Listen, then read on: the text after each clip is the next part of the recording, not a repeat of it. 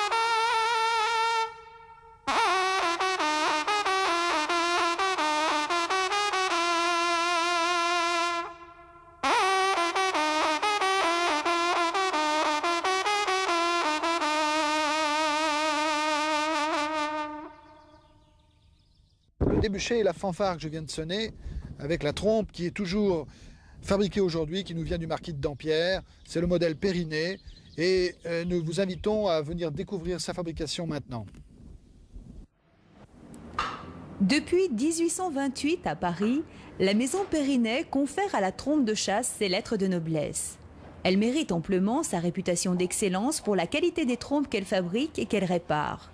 Ainsi, entre des mains expertes, à partir de simples feuilles de laiton, au bout d'une quarantaine d'heures de travail et quelques 30 000 coups de marteau, va naître un instrument au son varié, puissant, nuancé et mélodieux. Vous allez assister à la naissance d'un pavillon que je vais découper sur une planche de laiton grâce à un gabarit de découpe. Je commence par le traçage.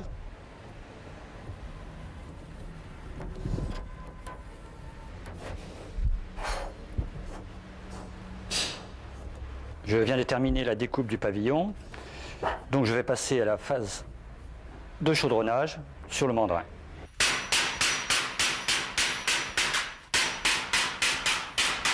Là, j'arrive à la phase finale de la mise en forme du pavillon.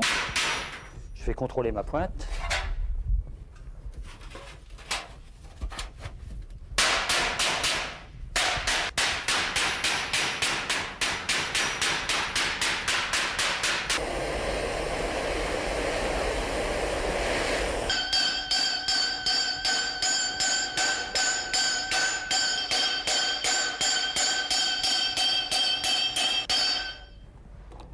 Après plusieurs centaines de coups de marteau sur la soudure qui assemble la pointe et le pavillon, la soudure est écrasée. Il suffit de la limer et après nous arrivons au polissage.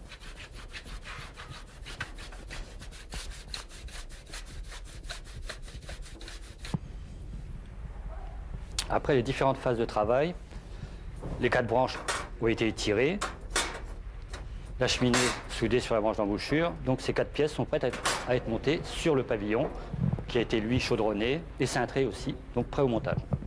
Tiens, je viens de terminer, tu peux essayer s'il te plaît? Oui.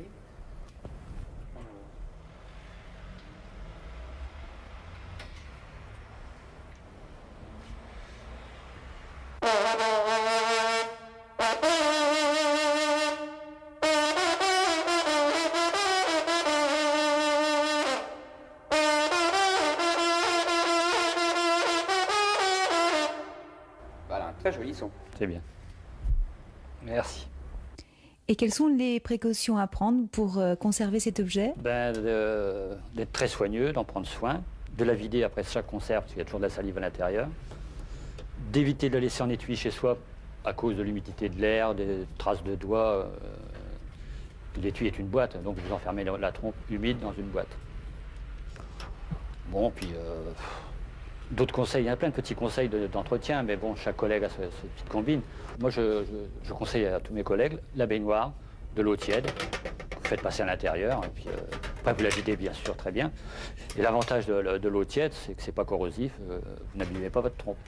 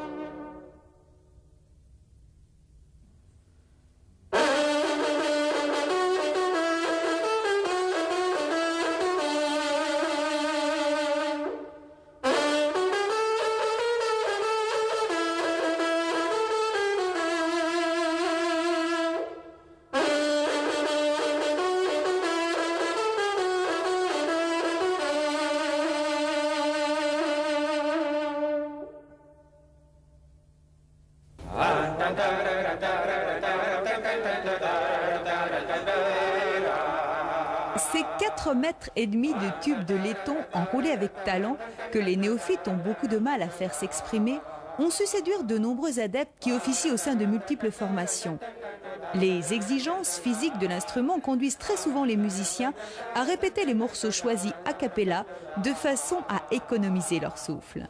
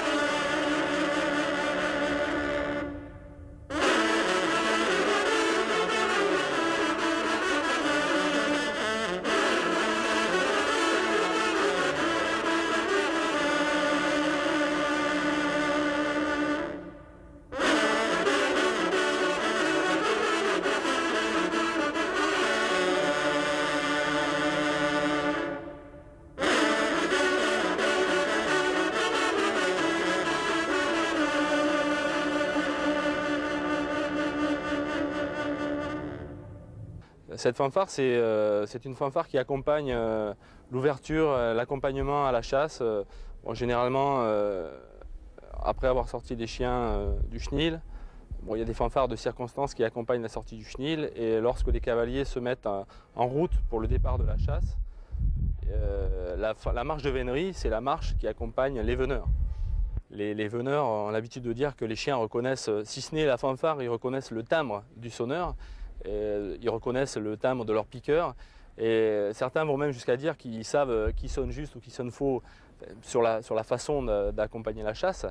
Effectivement, les chiens de vénerie ne sont pas insensibles à la trompe. Le fait de sonner,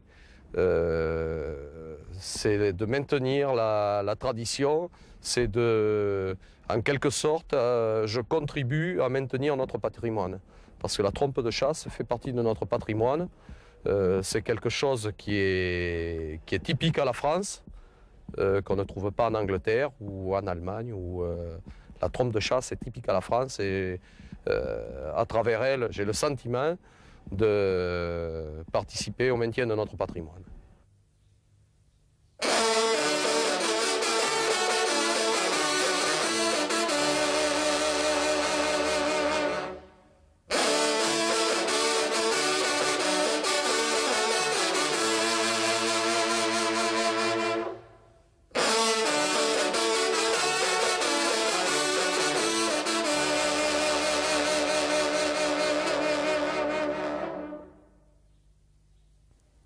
Dominant la ville et la Loire, bâti à l'emplacement d'un rendez-vous de chasse, le château de Gien abrite le musée international de la chasse.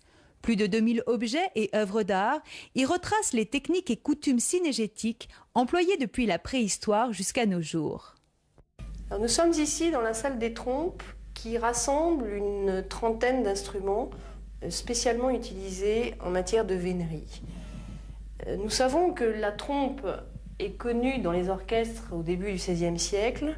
Par contre, nous ignorons totalement la raison pour laquelle cet instrument à vent est passé à la chasse vers les années 1680. Le diamètre des trompes est différent à partir du XVIIIe siècle, c'est-à-dire à l'époque du marquis de Dampierre, puisque la tenue des veneurs est différente. Ces hommes portent une coiffe assez large, par exemple un tricorne ou un bicorne, et il leur faut, au moment de sonner, passer leur coiffe à l'aide de cette trompe. Et donc, il est absolument nécessaire que le diamètre soit suffisamment important, ce qui ne sera pas le cas par la suite, puisque le tricorne ou le bicorne seront abandonnés. Alors, nous avons donc ici une trompe qui était en usage à l'époque de Louis XIV, c'est-à-dire avant la grande innovation qu'apporta le marquis de Dampierre. Nous constatons donc plusieurs choses. Tout d'abord, la petitesse du diamètre, cette trompe est enroulée seulement à 1 tour et demi, c'est-à-dire un tour et puis un demi, se terminant par un pavillon beaucoup plus étroit et moins important que la trompe actuelle, issue, comme je l'ai dit tout à l'heure, de la trompe d'Orléans. À partir du moment où le marquis de Dampierre créa ces fanfares de circonstance et s'adapta aux tenues en vigueur des veneurs, nous avons ce type de trompe beaucoup plus importante à 2 tours et demi. Vous voyez que cette trompe est beaucoup plus large à 1 tour, 2 tours, se terminant par un demi-tour, le tout ponctué par un pavillon beaucoup plus large que le précédent. Et nous notons que cette trompe a été faite par Carlin, ordinaire du roi, rue des Petits Champs à Paris. C'est donc une très très belle trompe.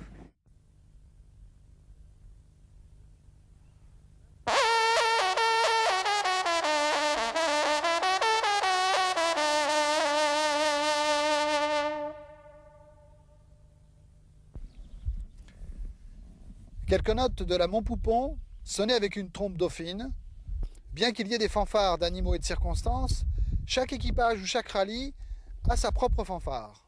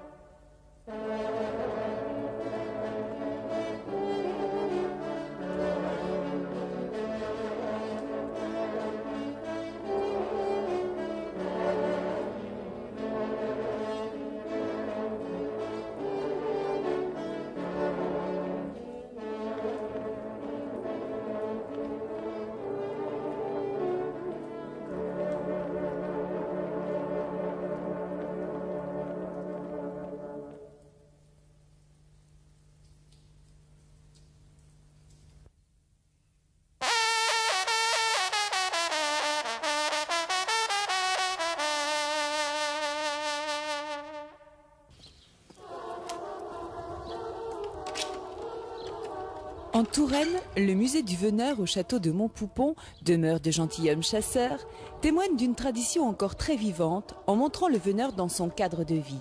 Ici, la trompe de chasse n'a pas de secret pour le maître des lieux.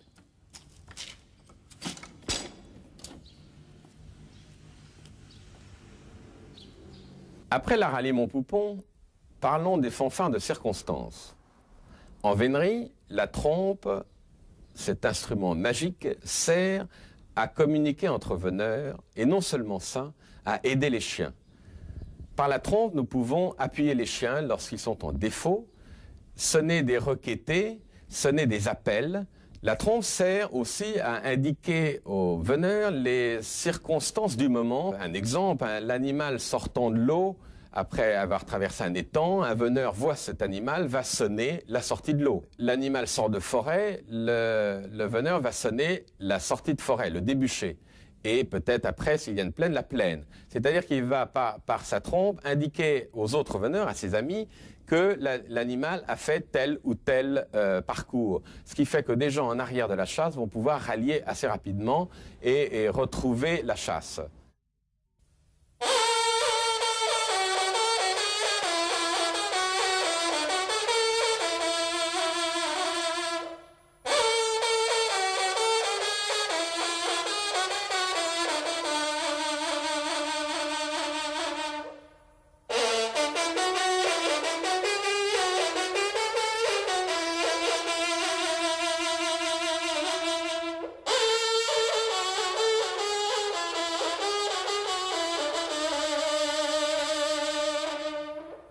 La curée est un cérémonial qui sert à rendre hommage à l'animal de chasse.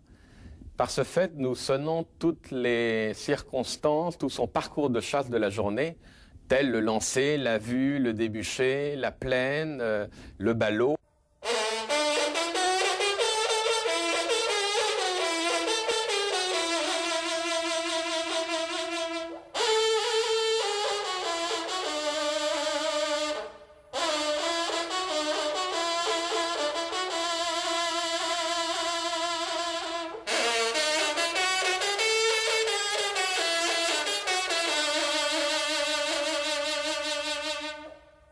Et ensuite de ça, le maître d'équipage va faire honneur non seulement à ses invités et aux invités qui font partie d'autres équipages en sonnant les fanfares d'équipage auxquels ils appartiennent.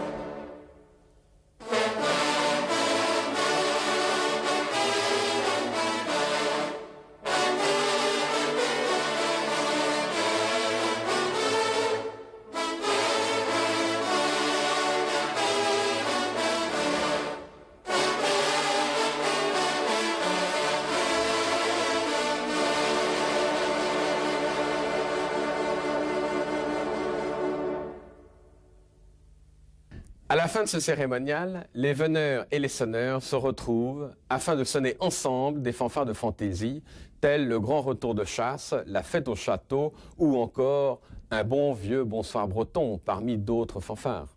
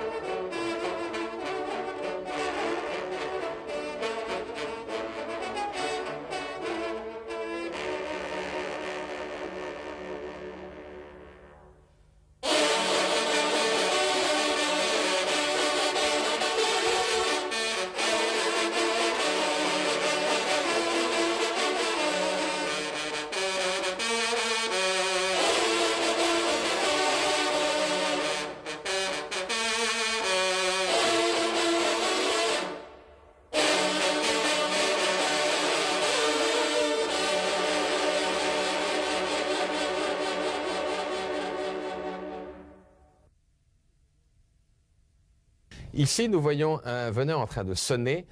Il sonne sur cet animal qui, dans le cas présent, est un daguet. Les fanfares d'animaux sont différentes en fonction de la tête du cerf. C'est-à-dire, soit il est daguet lorsqu'il a 1 an, ou après seconde tête, 3e tête, 4e tête, d'égorgement ou royal lorsqu'il porte plus de 5 andouillets de chaque côté de la tête.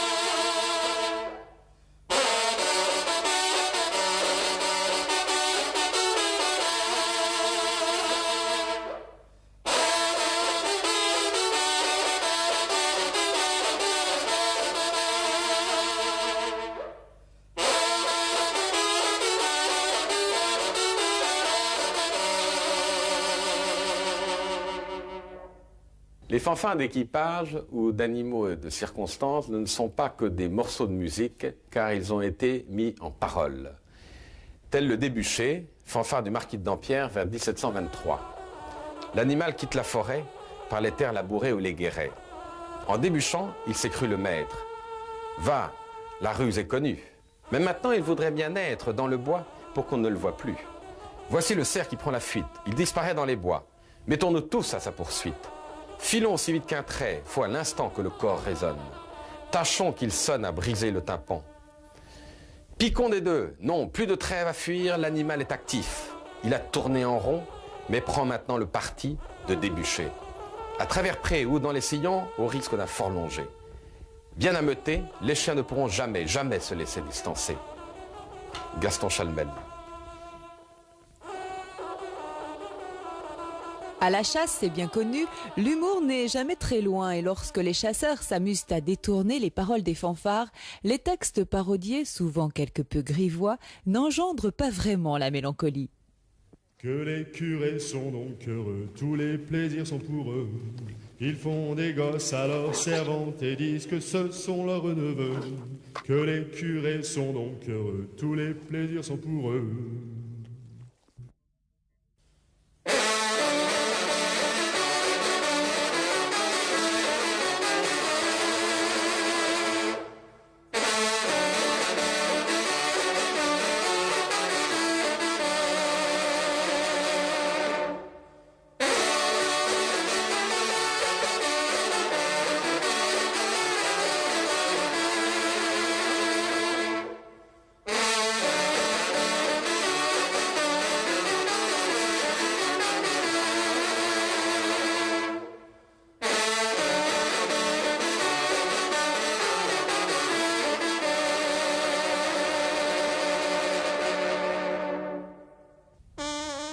La trompe est un instrument exigeant et pour accéder aux concours internationaux, ces groupes de musiciens confirmés doivent s'entraîner plusieurs heures par semaine pour accomplir des résultats performants.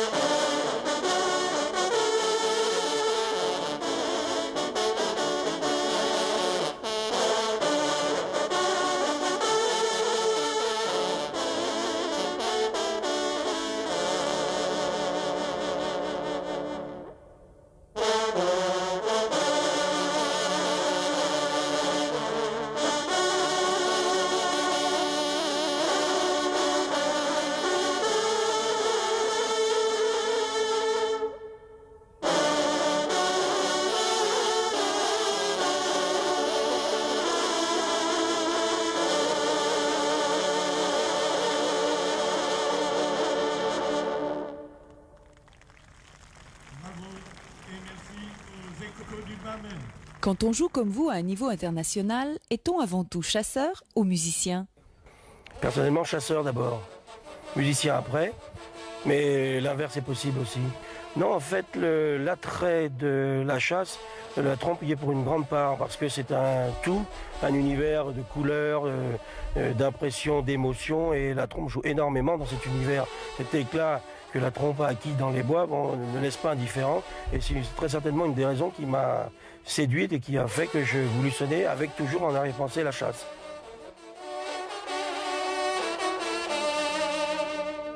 Je crois qu'il y a quelques prédispositions physiques, de souffle, de dentition, et il y a énormément de travail, bien sûr. C'est un instrument qui est assez ingrat. C'est assez facile de faire des sons, ça devient beaucoup plus difficile après de sonner. Alors j'ajoute que les chiens aussi aiment cette musique, je pense qu'ils l'aiment, et ils reconnaissent très précisément la trompe de l'homme qui les dirige, bien souvent le piqueux, et quand un piqueux sonne, il a un timbre particulier que les chiens connaissent, et ils vont tout de suite à lui, ils reconnaissent parfaitement la trompe de l'homme qui les nourrit. Ça c'est très clair.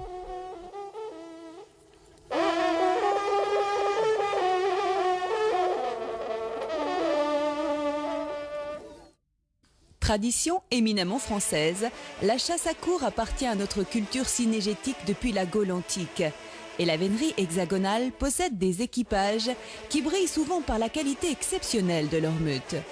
De nombreuses races de chiens courants animent cette chasse passionnante et passionnée.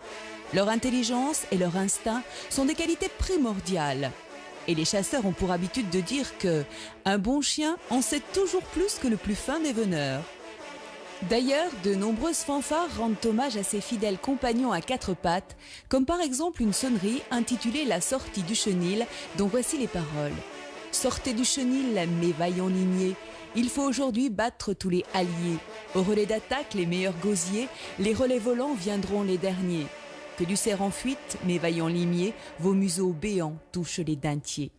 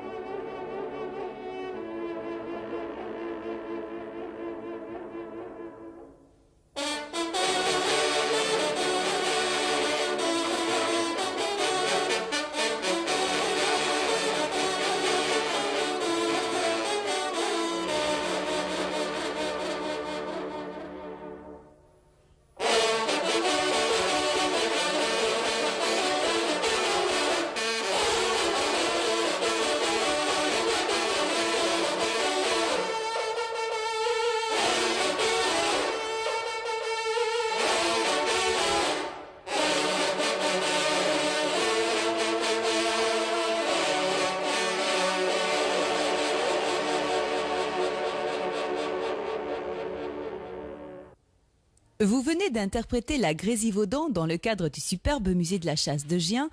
À ce propos, combien existe-t-il de fanfares dans le répertoire?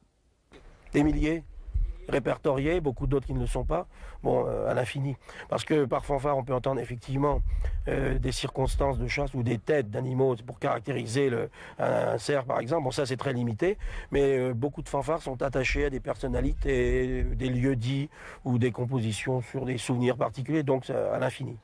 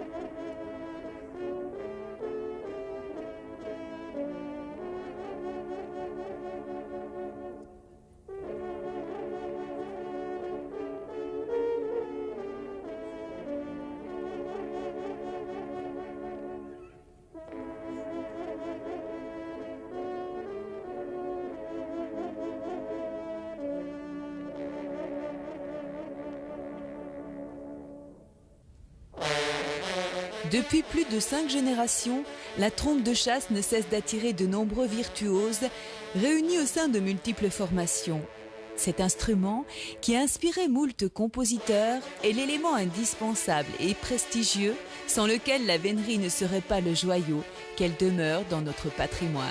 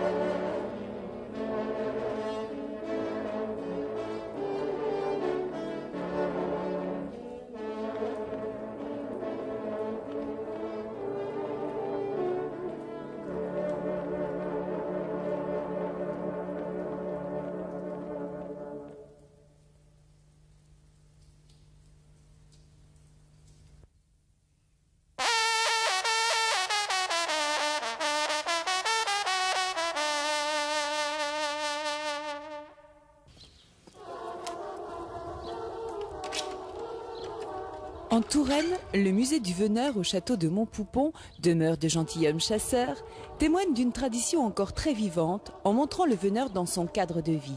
Ici, la trompe de chasse n'a pas de secret pour le maître des lieux.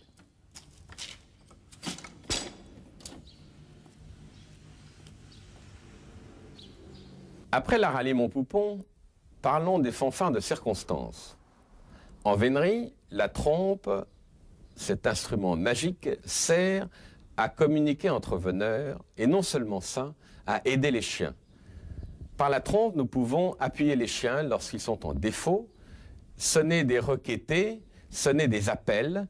La trompe sert aussi à indiquer aux veneurs les circonstances du moment. Un exemple, l'animal sortant de l'eau, après avoir traversé un étang, un veneur voit cet animal, va sonner la sortie de l'eau. L'animal sort de forêt, le veneur va sonner la sortie de forêt, le débouché.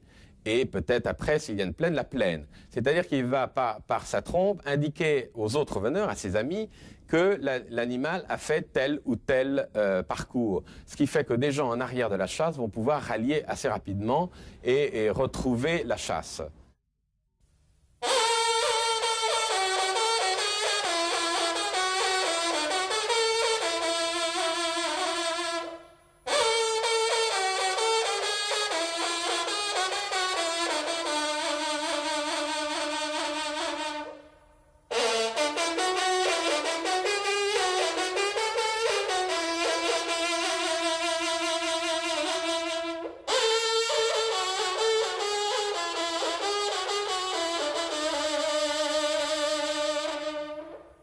La curée est un cérémonial qui sert à rendre hommage à l'animal de chasse.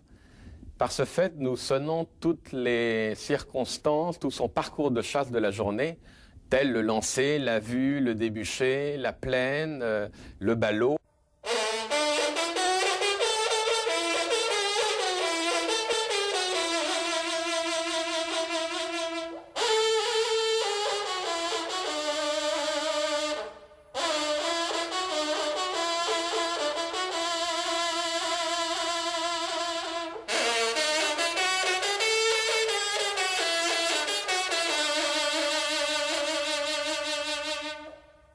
Et ensuite de ça, le maître d'équipage va faire honneur à non seulement à ses invités et aux invités qui font partie d'autres équipages en sonnant les fanfares d'équipage auxquels ils appartiennent.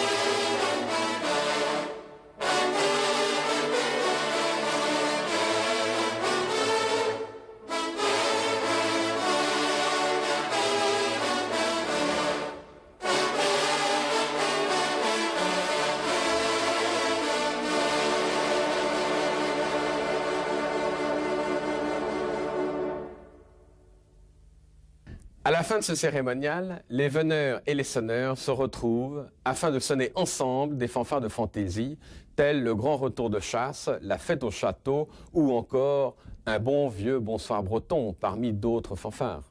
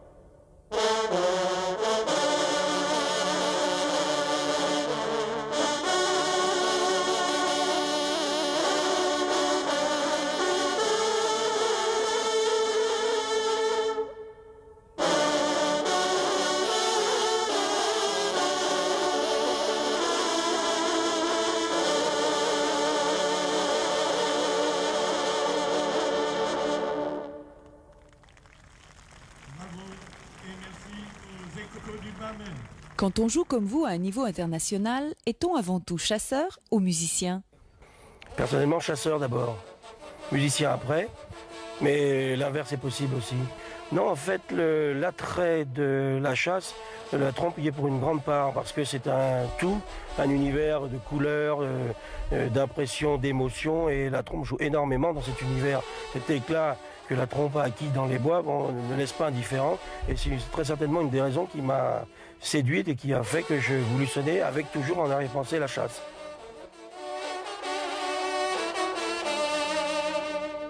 Je crois qu'il y a quelques prédispositions physiques, de souffle, de dentition, et il y a énormément de travail, bien sûr. C'est un instrument qui est assez ingrat. C'est assez facile de faire des sons, ça devient beaucoup plus difficile après de sonner. Alors j'ajoute que les chiens aussi aiment cette musique, je pense qu'ils l'aiment, et ils reconnaissent très précisément la trompe de l'homme qui les dirige, bien souvent le piqueux, et quand un piqueux sonne, il a un timbre particulier que les chiens connaissent et ils vont tout de suite à lui, ils reconnaissent parfaitement la trompe de l'homme qui les nourrit. Ça c'est très clair.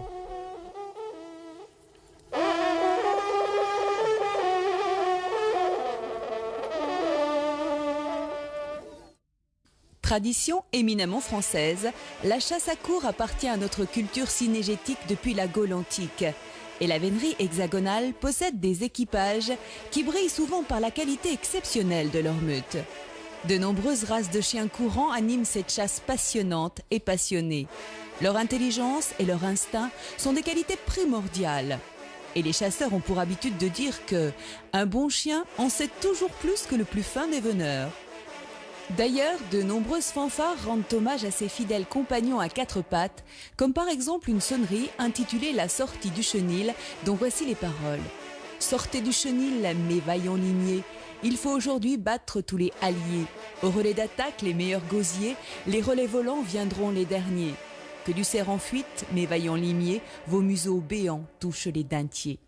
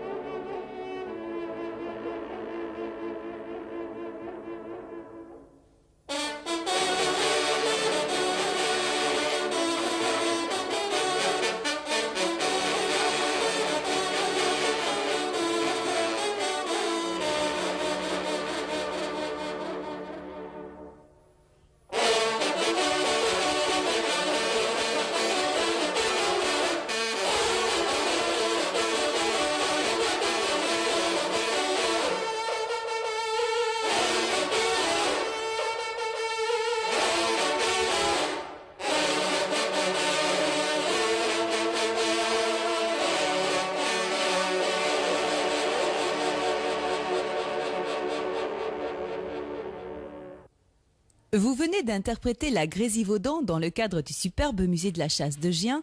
À ce propos, combien existe-t-il de fanfares dans le répertoire? Des milliers répertoriés, beaucoup d'autres qui ne le sont pas, bon, à l'infini. Parce que par fanfare, on peut entendre effectivement des circonstances de chasse ou des têtes d'animaux pour caractériser un cerf, par exemple. Bon, ça, c'est très limité, mais beaucoup de fanfares sont attachées à des personnalités, des lieux dits ou des compositions sur des souvenirs particuliers, donc à l'infini.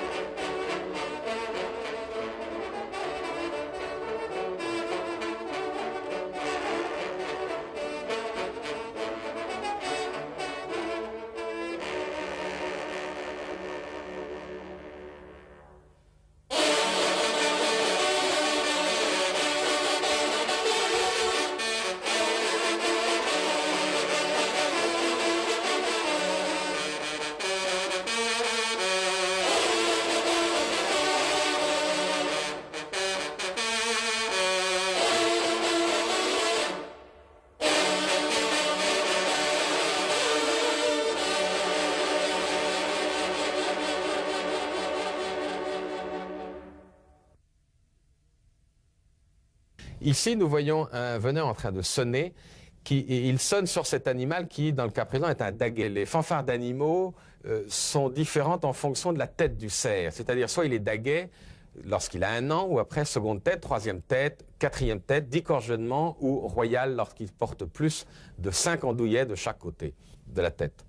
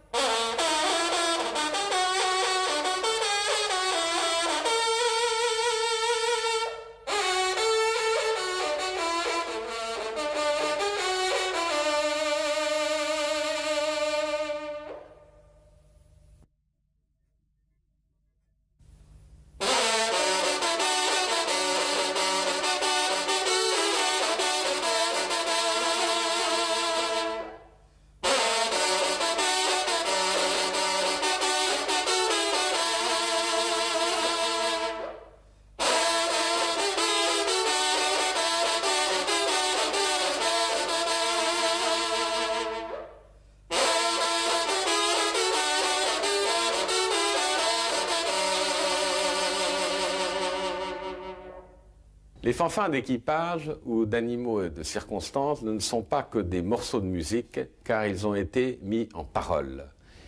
Tel le Débuché, fanfare du marquis de Dampierre vers 1723. L'animal quitte la forêt par les terres labourées ou les guérets. En débuchant, il s'est cru le maître. Va, la ruse est connue. Mais maintenant, il voudrait bien être dans le bois pour qu'on ne le voie plus. Voici le cerf qui prend la fuite. Il disparaît dans les bois. Mettons-nous tous à sa poursuite. Filons aussi vite qu'un trait, faut à l'instant que le corps résonne. Tâchons qu'il sonne à briser le tympan. Piquons des deux. Non, plus de trêve à fuir, l'animal est actif. Il a tourné en rond, mais prend maintenant le parti de débûcher. À travers prés ou dans les sillons, au risque d'un fort longé. Bien ameutés, les chiens ne pourront jamais, jamais se laisser distancer. Gaston Chalmel. À la chasse, c'est bien connu, l'humour n'est jamais très loin et lorsque les chasseurs s'amusent à détourner les paroles des fanfares, les textes parodiés, souvent quelque peu grivois, n'engendrent pas vraiment la mélancolie. Que les curés sont donc heureux, tous les plaisirs sont pour eux. Ils font des gosses à leurs servantes et disent que ce sont leurs neveux. Que les curés sont donc heureux, tous les plaisirs sont pour eux.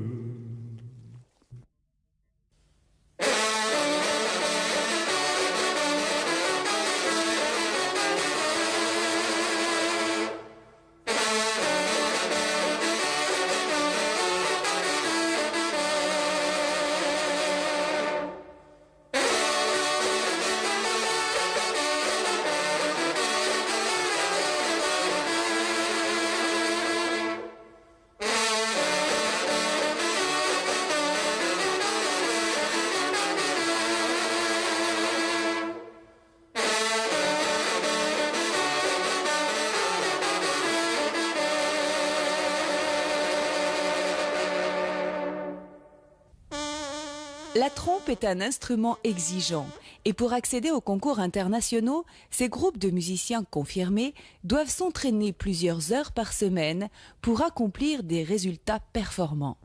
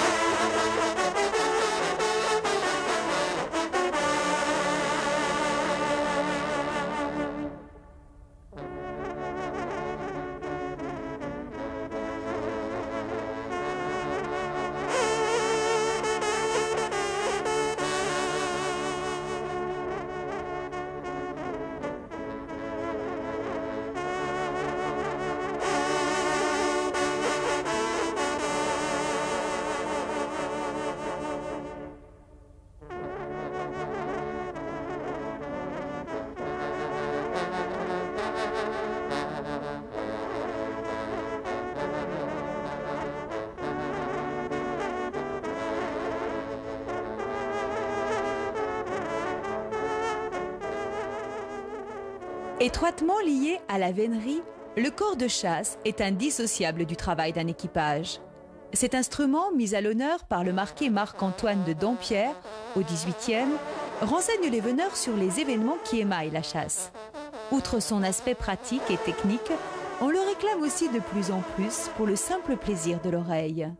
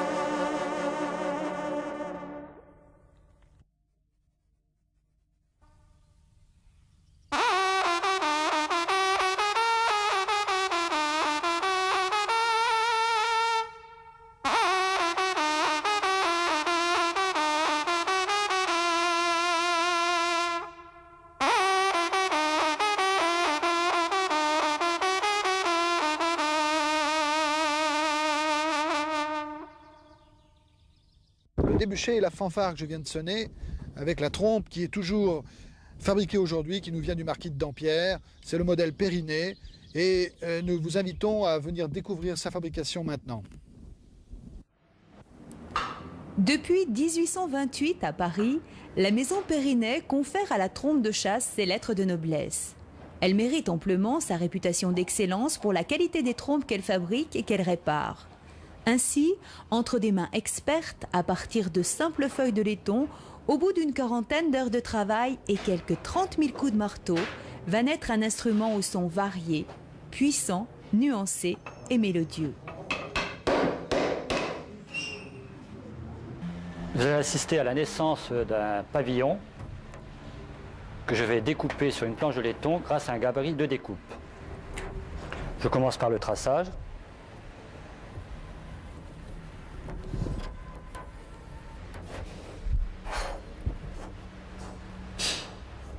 Je viens de terminer la découpe du pavillon, donc je vais passer à la phase de chaudronnage sur le mandrin.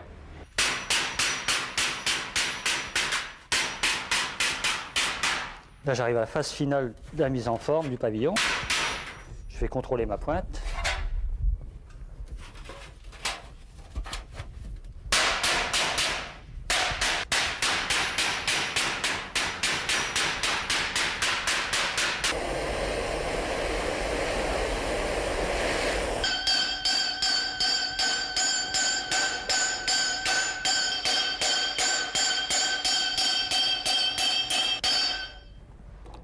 Après plusieurs centaines de coups de marteau sur la soudure qui assemble la pointe et le pavillon, la soudure est écrasée.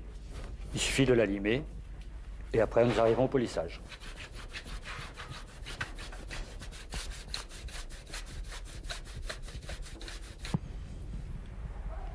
Après les différentes phases de travail, les 4 branches ont été tirées, la cheminée soudée sur la branche d'embouchure. Donc ces 4 pièces sont prêtes à être montées sur le pavillon qui a été lui chaudronné et cintré aussi, donc prêt au montage.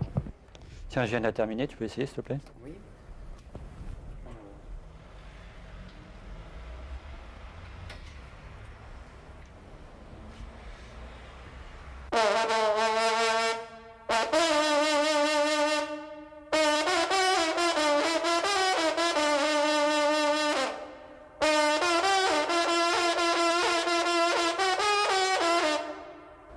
Très joli son. C'est bien. Merci. Et quelles sont les précautions à prendre pour conserver cet objet? D'être très soigneux, d'en prendre soin, de la vider après chaque conserve, parce qu'il y a toujours de la salive à l'intérieur, d'éviter de la laisser en étui chez soi à cause de l'humidité de l'air, des traces de doigts. L'étui est une boîte, donc vous enfermez la trompe humide dans une boîte. Bon, puis D'autres conseils, il y a plein de petits conseils d'entretien, mais bon, chaque collègue a ses petites combines. Moi, je conseille à tous mes collègues la baignoire, de l'eau tiède, vous faites passer à l'intérieur, et puis après vous la videz bien sûr très bien. Et l'avantage de l'eau tiède, c'est que c'est pas corrosif, vous n'abîmez pas votre trompe.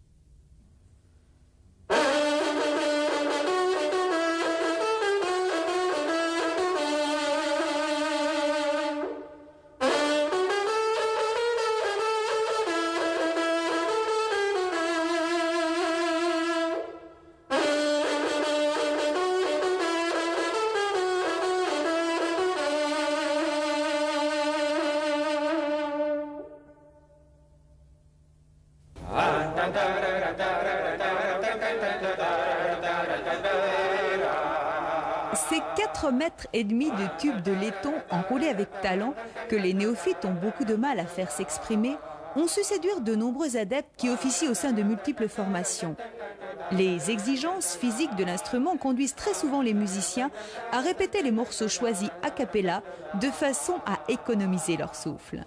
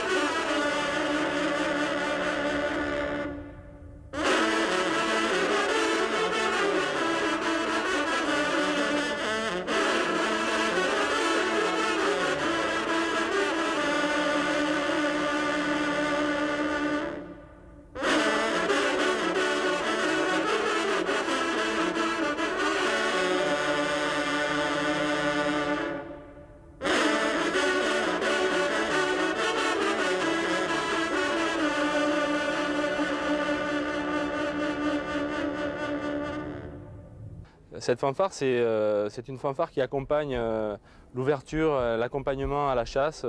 Bon, généralement, après avoir sorti des chiens du chenil, bon, il y a des fanfares de circonstances qui accompagnent la sortie du chenil. Et lorsque les cavaliers se mettent en route pour le départ de la chasse, la marche de vénerie, c'est la marche qui accompagne les veneurs.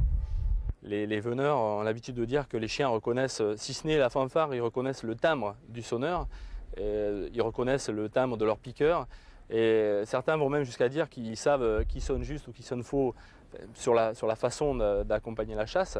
Effectivement, les chiens de vénerie ne sont pas insensibles à la trompe. Le fait de sonner, c'est de maintenir la tradition, c'est de, en quelque sorte, je contribue à maintenir notre patrimoine. Parce que la trompe de chasse fait partie de notre patrimoine. C'est quelque chose qui est typique à la France, qu'on ne trouve pas en Angleterre ou en Allemagne. Où, la trompe de chasse est typique à la France et à travers elle, j'ai le sentiment de participer au maintien de notre patrimoine.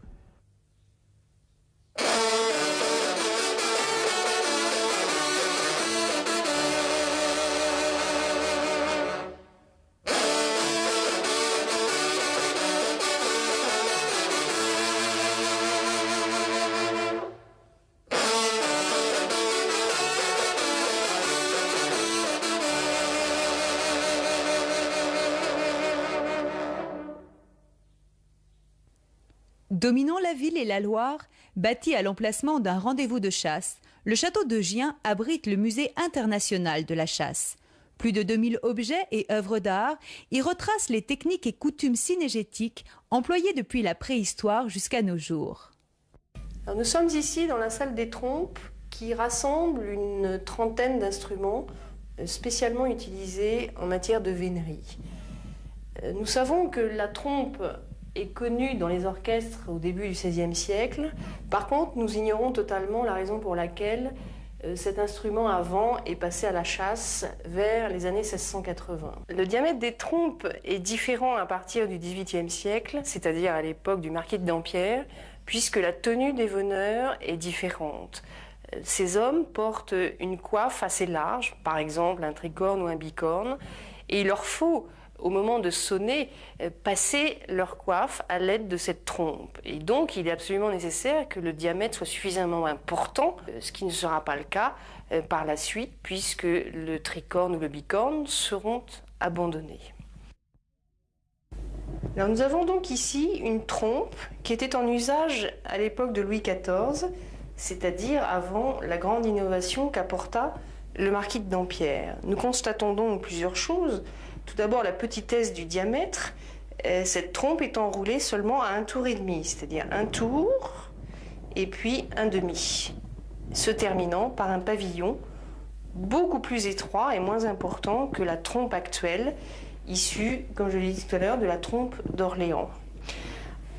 À partir du moment où le marquis de Dampierre créa ces fanfares de circonstance et s'adapta aux tenues en vigueur des veneurs, nous avons ce type de trompe beaucoup plus importante à 2 tours et demi.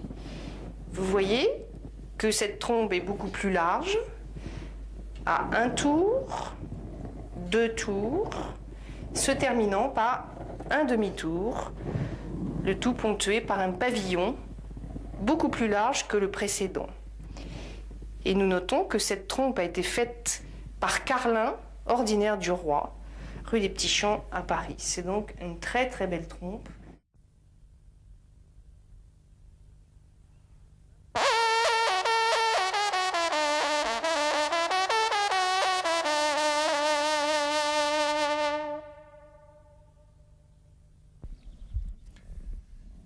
Quelques notes de la Montpoupon, sonnées avec une trompe dauphine.